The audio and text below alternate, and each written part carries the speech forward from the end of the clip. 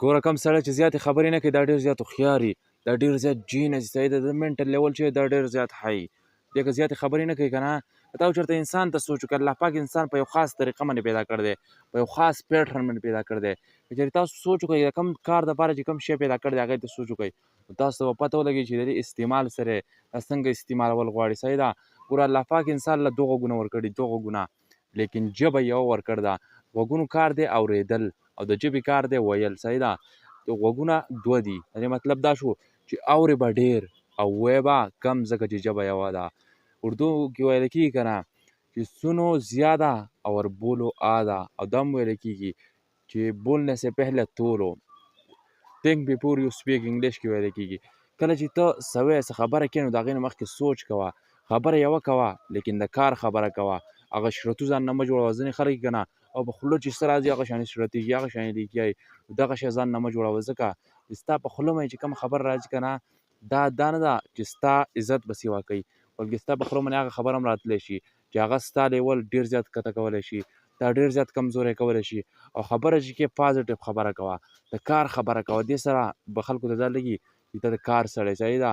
او ځان د کار سړی جوړ کړه. دا نه چې یوازې خبرې د کار کوه، بلکې کارونه هم داسې کوه چې تا ته د خلک د کار سړی ووایي. او کوم سړی چې زیاتې خبرې کوي هغه باره کې دا واوره چې هغه په زړه باندې صفایي ګوري، هغه په زړه کې هېڅ هم نه، لیکن هغه کم عقل وي، هغه عقل کار نه کوي، هغه منټل لیول ډېر زیات کم وي، هغه خبرې ډېر زیات سیوا کوي، لیکن دنده نه ټول بوسي بوس بهر هغه خبرې سیوا کوي.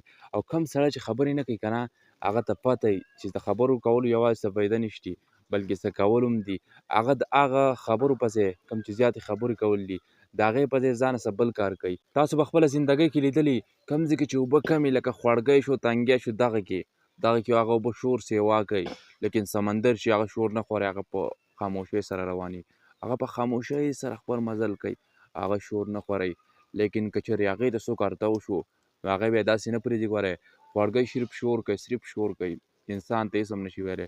لیکن سمندر هغه ډېر زیات خطرناک، هغه په خاموشۍ سره رواني، لیکن هغه لاشونه هم بیا واپس نه ورکوي، د لاش پته هم بیا نه لګي. صحیح ده. او دا خاموش سړی چې دا ډېر زیات خطرناک وي، ګورئ د نه ځان ساتئ، ځکه چې سمندر مثال ما تاسو درکړو که نه، سمندر په خاموشۍ سره رواني، لیکن کله چې هغه د سارته وشي، هغه ته څه څیز نقصان ورکول غواړي نو بیا هغه خپل انجام لیدلی شي چې د هغه لاش هم واپس نه میلاویږي.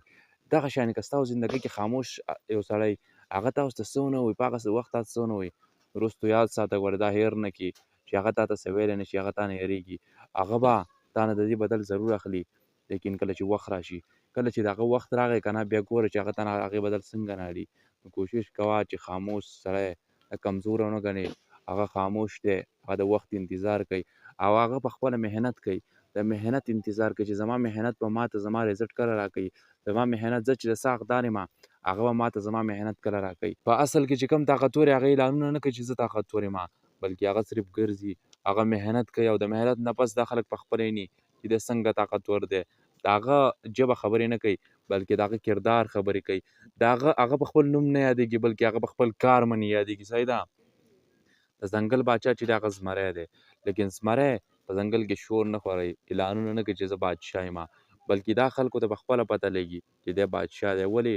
ټول د ده نه یېرېږي، دی خاموشي، د ده خاموشي اواز خورئ، دی په خوله نه کولاوئ، لیکن د ده کومه خاموشي چې ده هغه دې خلکو ته دا وایي چې زمری د ځنګل بادشاه دی.